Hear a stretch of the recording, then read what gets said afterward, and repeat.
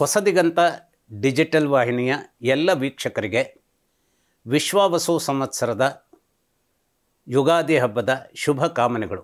ನಮಸ್ಕಾರ. ನಮ್ಮ digital partners Shakti Silk Route, Unity Building, JC ರಸ್ತೆ, ಬೆಂಗಳೂರು.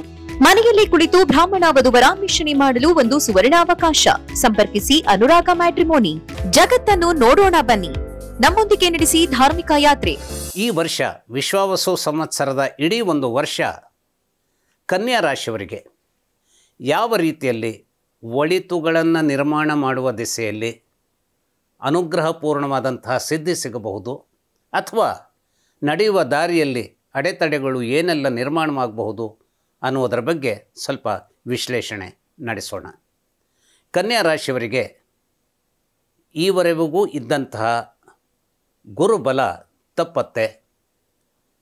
ಇದು ಒಂದು ಮೈನಸ್ ಪಾಯಿಂಟ್ ಆಗಿದ್ದರೂ ಕೂಡ ಇವರಿಗೆ ಸೆಮಿ ಅಂದರೆ ಪೂರ್ಣ ಪ್ರಮಾಣದ ಯೋಗಕಾರಕನಲ್ಲ, ಒಂದು ನಿಟ್ಟಿನಲ್ಲಿ ಯೋಗಕಾರಕನಾದಂತಹ ಶನೈಶ್ಚರ ಕಳತ್ರ ಸ್ಥಾನಕ್ಕೆ ಪ್ರವೇಶಿಸುವುದರಿಂದ ಕಳತ್ರ ಸ್ಥಾನದ ಸಂದರ್ಭದಲ್ಲಿ ಶನೈಶ್ಚರ ಕೊಡಬಹುದಾದಂತಹ ಅನೇಕ ಸಿದ್ಧಿಗಳು ಕನ್ಯಾ ರಾಶಿಯವರಿಗೆ ಒದಗಿ ಬರೋದಕ್ಕೆ ಸುಸಂದರ್ಭವಾದಂಥ ಕಾಲ ಇದು. ಹಾಗಾದರೆ ಅದು ಎಲ್ಲಿಂದ ಒದಗಿ ಬರುತ್ತೆ? ಯಾರು ಅವಿವಾಹಿತರೋ ಅಂಥವರಿಗೆ ಅನುರೂಪವಾದ ಬಾಳ ಸಂಗಾತಿಗಳು ಸಿಗಬಹುದಾದಂಥದ್ದಕ್ಕೆ ಕನ್ಯಾ ರಾಶಿಯವರಿಗೆ ಅವಕಾಶ ಇರುತ್ತೆ. ಗುರುಬಲ ತಪ್ಪು ಹೋಗಿದ್ದಿದ್ರೂ ಕೂಡ ಗುರುಬಲ ತಪ್ಪು ಹೋಗಿದೆ ಅನ್ನೋ ಒಂದೇ ಕಾರಣಕ್ಕೆ ಬಾಳ ಸಂಗಾತಿಯೇ ಸಿಗದೆ ಹೋಗಬಹುದೇನೋ ಅನ್ನುವ ಹೆದರಿಕೆ ಬೇಕಾಗಿಲ್ಲ. ಒಂದು ಗುರುಗ್ರಹದ ಬಗೆಗಾಗಿನ ಒಂದು ಪ್ರಾಯಶ್ಚಿತ್ತವನ್ನು ಶಾಂತಿಯನ್ನು ಮಾಡಿಸ್ಕೊಂಡ್ರಾಯಿತು. ಗುರುಬಲವೇ ಇರಬೇಕು ಅಂತಿಲ್ಲ. ಆದರೆ ಸೆಮಿ ಯೋಗಕಾರಕನಾದಂತಹ ಶನೈಶ್ಚರ, ಯಾಕೆಂದರೆ ಶನೈಶ್ಚರನ ಅಂತರಂಗದಲ್ಲಿ ತುಂಬಿದಂಥ ಆಸೆ ಏನಿರುತ್ತೆ, ಇವನು ಈ ರಾಶಿಯವರಿಗೆ ಪೂರ್ವ ಪುಣ್ಯ ಸ್ಥಾನದ ಯಜಮಾನನಾಗಿರೋದರಿಂದ ಸಂತಾನ ಫಲವನ್ನು ಒದಗಿಸಬೇಕಾದಂಥ ಹಾರ್ದಿಕ ಅನುಗ್ರಹವನ್ನು ಇವನು ಮಾಡಬೇಕಾಗತ್ತೆ. ಹಾಗಾದರೆ ಈ ಒಂದು ಹಾರ್ದಿಕ ಅನುಗ್ರಹವನ್ನು ಮಾಡಬೇಕಾದಂಥ ಸಂದರ್ಭ ಇದ್ದಾಗ ಇವನಿಂದ ಆಗಲ್ಪಡುವಂಥ ಕೆಲಸ ಏನು ಅಂತಂದರೆ, ಕನ್ಯಾ ರಾಶಿಯವರಿಗೆ ಅನುರೂಪವಾದಂತಹ ಒಂದು ಬಾಳ ಸಂಗಾತಿಯನ್ನು ರೂಪಿಸಿಕೊಡುವಂತಹ ಕೈಂಕರ್ಯ ಇದು ಸಾಧ್ಯವಾಗುವಂಥದ್ದಾಗಿರೋದ್ರಿಂದ ಎಷ್ಟೋ ವರ್ಷಗಳಿಂದ ನನಗೆ ಮದುವೆ ಆಗಿಲ್ಲ ಅನ್ನುವಂಥ ಕೊರಗಿನಲ್ಲಿ ಇರುವಂಥ ಜನ, ಕನ್ಯಾ ರಾಶಿಯ ಜನ ಮದುವೆ ಆಗುವಂಥದ್ದಕ್ಕೆ ಒಂದು ಸುಸಂದರ್ಭ ಒದಗಿ ಬರುತ್ತೆ. ಬಾಳಿನ ಸಂದರ್ಭದಲ್ಲಿ ಬಾಳ ಸಂಗಾತಿ ಯಾವತ್ತೂ ಬಹಳ ಮಹತ್ತರವಾದಂಥ ಸ್ಥಾನವನ್ನು ಪಡೆದಿರ್ತಾಳೆ.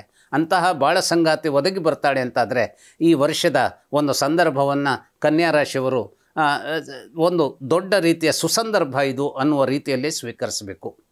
ಇವರಿಗೆ ಆಗಬೇಕಾದಂಥ ಕೆಲವು ತೊಂದರೆಗಳು ಏನಿದೆ ಅಂತಂದರೆ, ವಿಶೇಷವಾಗಿ ತೊಂದರೆಗಳು ಒದಗಿ ಬರುವಂಥದ್ದು ಇವರಿಗೆ ಕೇತುವಿನ ಮೂಲಕವಾಗಿ ಒದಗಿ ಬರುತ್ತೆ. ಹಾಗಾಗಿ ಗಣೇಶನನ್ನು ಧ್ಯಾನಿಸಬೇಕು. ಯಾವಾಗಲೂ ಕೇತು ತೊಂದರೆ ಇದೆ ಅಂತಾದರೆ ಗಣೇಶನನ್ನು ಆರಾಧಿಸುವಂಥದ್ದು. ಗಣೇಶನನ್ನು ಆರಾಧಿಸುವಂಥದ್ದು ಅಂದರೆ ಏನೋ ಹೋಮ, ಏನೋ ಒಂದು ಜಪ, ಇಂತಹ ದೊಡ್ಡ ದೊಡ್ಡ ವಿಚಾರಗಳನ್ನು ಅಥವಾ ಎಲ್ಲೋ ಒಂದು ಕಡೆ ಹಣವನ್ನು ವ್ಯಯಿಸುವುದರ ಮೂಲಕವಾಗಿ ಮಾಡಬೇಕಾದ ಶಾಂತಿಯನ್ನು ಮಾಡಬೇಕಾಗಿಲ್ಲ. ಗಣೇಶನನ್ನು ತಮ್ಮದೇ ಆದಂಥ ವಿಧಾನದಲ್ಲಿ ಶರಣಾಗುವಂಥ ರೀತಿಯಲ್ಲಿ ಹೊರಟಂಥದ್ದಾದರೆ ಗಣೇಶನ ಮೂಲಕವಾಗಿ ಎಲ್ಲ ವಿಘ್ನಗಳನ್ನು ದಾಟಿ ಹೊಸದಕ್ಕೆ ಒಳಿತಿಗೆ ಹೆಜ್ಜೆ ಇಡಬಹುದಾದಂಥ ಸಂದರ್ಭ ಇವರ ಪಾಲಿಗೆ ನಿರ್ಮಾಣ ಆಗುತ್ತೆ. ಹಾಗಾಗಿ ಕೇತುವಿನ ತೊಂದರೆಯಿಂದಾಗಿ ಅನೇಕ ನಷ್ಟಗಳಿಗೂ ಕಾರಣವಾಗುವಂತಹ ಸಂದರ್ಭ ಸೃಷ್ಟಿಯಾಗಿಬಿಡಬಹುದು. ಇದನ್ನು ಬಹಳ ಎಚ್ಚರದಿಂದ ಇವರು ಏನು ಮಾಡಬೇಕಾಗತ್ತೆ, ಹಣಕಾಸಿನ ವಿಚಾರ ಎಲ್ಲೆಲ್ಲಿ ಇವರಿಗೆ ತೊಂದರೆ ಬರುತ್ತೆ, ಯಾವುದೋ ಒಂದು ಜಾಗವನ್ನು ಸೈಟನ್ನು ಖರೀದಿ ಮಾಡಬೇಕು ಅನ್ನುವಂಥದ್ದು, ಅಥವಾ ಯಾವುದೋ ಮನೆಯನ್ನು ಕಟ್ಟಬೇಕು ಅನ್ನುವಂಥದ್ದು, ಅಥವಾ ಇನ್ನಿತರ ಯಾವುದೋ ಒಂದು ರೀತಿಯಲ್ಲಿ ಇರುವ ಮನೆಯನ್ನೇ ರೀಕನ್ಸ್ಟ್ರಕ್ಷನ್ ಮಾಡೋಣ, ಅಥವಾ ಒಂದು ಬೇರೆ ರೀತಿಯಲ್ಲಿ ಸ್ವಲ್ಪ ಎಕ್ಸ್ಟೆಂಡ್ ಮಾಡೋಣ ಅನ್ನುವಂಥದ್ದನ್ನು ಮನಸ್ಸಿನಲ್ಲಿ ಹೊಂದಿದ್ದರೆ ಸರಿಯಾದಂತಹ ಒಂದು ಆರ್ಕಿಟೆಕ್ಟ್ಗಳ ಮೂಲಕ ಅಥವಾ ಸರಿಯಾಗಿ ನಿರ್ಮಾಣ ಮಾಡಿಕೊಡುವಂತಹ ಜನರ ಮೂಲಕವಾಗಿ ಇವೆಲ್ಲವೂ ಆಗುವಂತಹದ್ದಕ್ಕೆ ಒಂದು ಎಚ್ಚರದ ಹೆಜ್ಜೆ ಇಡಬೇಕೆ ಹೊರತು ಆತುರದ ಹೆಜ್ಜೆ ಇಟ್ಟರೆ ಕೇತುವಿನ ಮೂಲಕವಾಗಿ ಅದು ಕಷ್ಟಕ್ಕೆ ಬರುತ್ತದೆ. ಯಾಕೆಂದರೆ ಇವರಿಗೆ ಮನೆಯ ವಿಚಾರದಲ್ಲಿ ಸಹಕರಿಸಬೇಕಾದಂತಹ ಗ್ರಹ ಯಾರಾಗಿರ್ತಾರೆ ಅಂತಂದರೆ, ಮುಖ್ಯವಾಗಿ ಈ ಕನ್ಯಾ ರಾಶಿಯವರಿಗೆ ಗುರು ಆ ಒಂದು ಲಾಭವನ್ನು ಮಾಡಿಕೊಡ್ಬೇಕಾದಂಥ ಮನೆ ವಿಚಾರದಲ್ಲಿ ಲಾಭವನ್ನು ಮಾಡಿಕೊಡುವಂತಹ ಒಂದು ಅನುಗ್ರಹವನ್ನು ಮಾಡಬೇಕು. ಆದರೆ ದುರ್ದೈವವಶಾತ್ ಗುರು ಬಲ ಇರದೇ ಹೋಗಿದ್ದರಿಂದ ಹಾಗೂ ಗುರು 10ನೇ ಮನೆಯಲ್ಲಿ ಬಂದಿರೋದ್ರಿಂದ ಯಾವಾಗಲೂ ಗುರು 10ನೇ ಮನೆಗೆ ಬಂದಾಗ ಗುರು ಶುಭಗ್ರಹವೇ ಆಗಿದ್ದರೂ ಕೂಡ ಆ 10ನೇ ಮನೆಯಲ್ಲಿ ಆತ ಮಾಡಬಹುದಾದಂಥದ್ದು ಕೆಲಸದ ಸ್ಥಳದಲ್ಲಿ ಒಂದು ರಿಲೀಫನ್ನು, ಅಂದರೆ ಮಾನಸಿಕವಾದಂಥ ಸಮಾಧಾನವನ್ನು ಕನ್ಯಾ ರಾಶಿಯವರಿಗೆ ಒದಗಿಸಬಹುದೇ ಹೊರತು ಈ ಭೂಮಿಗೆ ಸಂಬಂಧಿಸಿದಂಥ ವಿಚಾರ ಅಥವಾ ಸೈಟ್ಗಳನ್ನು ಖರೀದಿ ಮಾಡುವಂಥ ಸಂದರ್ಭದಲ್ಲಿ ಮತ್ತೆ ಅದನ್ನು ಮರು ಮಾರಾಟವನ್ನು ಮಾಡುವುದರ ಮೂಲಕವಾಗಿ ಲಾಭವನ್ನು ಗಳಿಸಬೇಕು ಅನ್ನುವಂಥ ಅಂಶವನ್ನು ಇವರು ಹೊಂದಿದ್ದರೆ ಇಂಥದ್ದೆಲ್ಲ ಸಂದರ್ಭದಲ್ಲಿ ಕೆಲವು ಜಟಿಲತೆಗಳು ಇವರಿಗೆ ಎದುರಾಗುವಂಥದ್ದಕ್ಕೆ ಸಾಧ್ಯತೆ ಇರುತ್ತೆ. ಆದರೆ ಇವರಿಗೆ ವಿಶೇಷವಾಗಿ ಒದಗಿ ಬರುವಂಥವನು ಬುಧನೇ ಆಗಿರ್ತಾನೆ. ಈ ರಾಶಿಯ ಯಜಮಾನ ಬುಧನಾಗಿರೋದ್ರಿಂದ, ಬುಧ ಅಂದರೆ ಏನು? ಬುಧ ಯಾವಾಗಲೂ ಬೌದ್ಧಿಕವಾದಂಥ ವಿಚಾರಗಳಿಗೆ ಒಂದು ಸಾಮರ್ಥ್ಯವನ್ನು ಕೊಡುವಂಥ ಒಂದು ಶುಭ ಗ್ರಹವಾಗಿದೆ. ಯಾವಾಗ ಬುಧನ ಅನುಗ್ರಹ ಇದೆಯೋ ಆಗ ಬೌದ್ಧಿಕವಾದಂಥ ನಮ್ಮ ಶಕ್ತಿ ಶಾರ್ಪ್ ಆಗಿರುತ್ತೆ. ಬೌದ್ಧಿಕವಾಗಿ ನಾವು ಶಾರ್ಪ್ ಇದ್ದೇವೆ ಅಂತಂದರೆ ನ್ಯಾಯಯುತವಾದ ನಡಿಗೆಯನ್ನು ನಾವು ಹೆಜ್ಜೆಯನ್ನು ಅಂತಾದರೆ ನಾವು ನಡೆಸಿದಂಥ ಕಾರ್ಯಗಳು ಸ್ವಲ್ಪ ಲೇಟ್ ಆಗಬಹುದು, ವಿಳಂಬವಾಗಬಹುದು, ಆದರೆ ಹೆಚ್ಚಿನ ಪ್ರತಿಫಲವನ್ನು ಕೊಡೋದಕ್ಕೆ ಅದು ಅವಕಾಶ ಮಾಡಿಕೊಡುತ್ತೆ.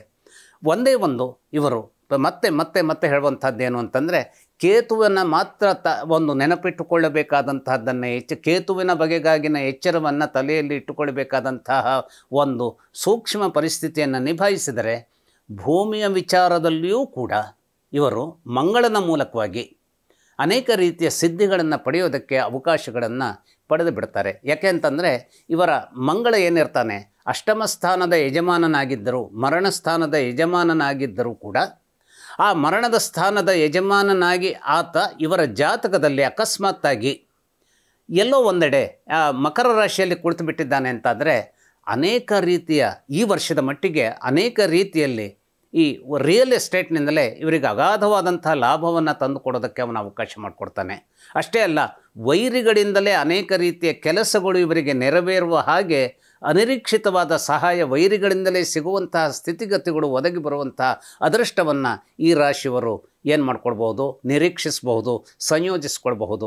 ಹಾಗಾಗಿ ನಾವು ಅರ್ಥ ಮಾಡ್ಕೊಳ್ಬೇಕು. ಒಮ್ಮೊಮ್ಮೆ ಏನಾಗುತ್ತೆ, ನೇರವಾಗಿ ನಾವು ಕೈ ಚೆಲ್ತೇವೆ. ಈ ಒಂದು ವ್ಯಕ್ತಿ ಹತ್ರ ನನ್ನ ಫೈಲ್ ಹೋಯಿತು, ಈ ಒಂದು ವ್ಯಕ್ತಿ ಹತ್ರ ನಾನು ಏನನ್ನು ಯಾಚಿಸಬೇಕಾಗಿದೆ ಅಂತಂದರೆ ಆತ ವೈರಿಯಾಗಿರೋದ್ರಿಂದ ಆತ ನನಗೆ ಸಹಾಯ ಮಾಡಲಾರ್ನೇನೋ ಅನ್ನುವಂಥ ನಾವು ಯೋಚನೆ ಮಾಡಿರ್ತೇವೆ. ಆದರೆ ಒಂದನ್ನು ಅರ್ಥ ಮಾಡ್ಕೊಳ್ಬೇಕು, ಸಂಸ್ಕಾರಪೂರ್ಣನಾದಂತಹ ಒಬ್ಬ ನಮ್ಮೊಡನೆ ಜಗಳ ಮಾಡುವಂಥ ಅಥವಾ ನಮ್ಮನ್ನು ದ್ವೇಷಿಸುವಂಥ ಒಬ್ಬ ವ್ಯಕ್ತಿ ನಮ್ಮ ವಿರೋಧಿಯಾಗಿದ್ದಾನೆ ಅಂತಾದರೆ ಅವನ ಸಂಸ್ಕಾರಪೂರ್ಣವಾದಂತಹ ಯೋಚನೆಗಳು ಏನು ಮಾಡ್ತವೆ, ನಮ್ಮ ಕಷ್ಟದ ಸಂದರ್ಭದಲ್ಲಿ ಖಂಡಿತವಾಗಿ ಹೆಲ್ಪ್ ಮಾಡೋದಕ್ಕೂ ಕೂಡ ಆತ ತನ್ನ ಸದಿಚ್ಛೆಯನ್ನು ಪ್ರಕಟ ಮಾಡುವಂಥ ಒಂದು ವಿಚಿತ್ರವಾದಂಥ ಮಾಯೆಯ ಕ್ಷಣ ನಿರ್ಮಾಣವಾಗಿಬಿಡ್ಬೋದು. ಹಾಗಾಗಿ ವೈರಿಗಳಿಂದಲೇ ಬೆಂಬಲ ಸಿಗಬಹುದಾದಂತಹ ವಿಚಾರವೂ ಕೂಡ ಈ ಒಂದು ಕನ್ಯಾ ರಾಶಿಯವರಿಗೆ ಅನುಕೂಲಕರವಾದಂತಹ ಸ್ಥಿತಿಯನ್ನು ನಿರ್ಮಾಣ ಮಾಡುತ್ತೆ. ಆದರೆ ಇವರ ಮಟ್ಟಿಗೆ ಇವರೇ ತೊಂದರೆ ನಿರ್ಮಿಸ್ಕೊಳ್ಬಹುದಾದಂಥದ್ದೇನು ಅಂತಂದರೆ ಕನ್ಯಾ ರಾಶಿಯವರು ದುಸ್ವಭಾವಿಗಳಾಗಿರೋದ್ರಿಂದ, ಅಂದರೆ ಇವರ ನಿರ್ಧಾರಗಳಲ್ಲಿ ಒಮ್ಮೆಗೆ ತಾವು ತಡೆದಂಥ ನಿರ್ಧಾರವನ್ನು ಚೇಂಜ್ ಮಾಡುವಂಥ ಒಂದು ಗಡಿಬಿಡಿಗೂ ಕೂಡ ಇವರು ಹೆಜ್ಜೆ ಇಟ್ಬಿಡ್ತಾರೆ. ಹಾಗೆ ಬಹು ಗಡಿಬಿಡಿಯ ಎಚ್ಚರದಲ್ಲಿ ಯೋಚಿಸಿ ಯಾವ ಹೆಜ್ಜೆಯನ್ನು ಇಡಬೇಕು ಅನ್ನುವಂಥದ್ದನ್ನು ನಿರ್ಧರಿಸಿದರೋ ಅದರಲ್ಲಿ ಮತ್ತೆ ಚೇಂಜಸ್ಗಳನ್ನು ಮಾಡದೆ ನಿರ್ದಿಷ್ಟವಾಗಿ ಅದೇ ದಾರಿಯಲ್ಲಿ ಸಾಗ್ತೇನೆ, ಬೌದ್ಧಿಕವಾದಂತಹ ನನ್ನ ಎಚ್ಚರವನ್ನು ಇಟ್ಟುಕೊಂಡು ಸಾಗಿಸ್ತೇನೆ ಅಂತ ಹೇಳಿದ್ರೆ ಯಾವುದೇ ರೀತಿಯ ಅದು ನಿಮಗೆ ಈ ಒಂದು ಕನ್ಯಾ ರಾಶಿಯವರಿಗೆ ಎದುರಾಗೋದಕ್ಕೆ ಸಾಧ್ಯವಿರೋದಿಲ್ಲ. ಆದರೆ ಅದೋ ಅನ್ನುವಂಥ ಒಂದು ಹೋರಾಟವನ್ನು ಮನಸ್ಸಿನಲ್ಲಿ ಮಾಡಿಕೊಂಡ್ರೆ ಮಾತ್ರ ಸ್ವಲ್ಪ ಸೂಕ್ಷ್ಮ ಸ್ವರೂಪದಲ್ಲಿ ಕೆಲವು ನಷ್ಟಗಳನ್ನು ಎದುರಿಸಬೇಕಾದಂಥ ಸಂದರ್ಭ ಬರಬಹುದು. ಹಾಗಾಗಿ ಎಚ್ಚರದಲ್ಲಿರಿ. ನಿಮ್ಮ ಎಚ್ಚರದಲ್ಲಿ ನೀವಿದ್ದರೆ ಅನೇಕ ರೂಪದಲ್ಲಿ ಶನೈಶ್ಚರನಿಂದಲೇ ಸಿದ್ಧಿ ಸಿಗಬೇಕಾದಂತಹ, ಮಂಗಳನಿಂದಲೇ ಸಿದ್ಧಿ ಸಿಗಬೇಕಾದಂಥ ಅಪೂರ್ವವಾದಂಥ ವರ್ಷವಾಗಿದೆ ಇದು. ಎಲ್ಲರಿಗೂ ಶುಭವಾಗಲಿ. ನಮಸ್ಕಾರ.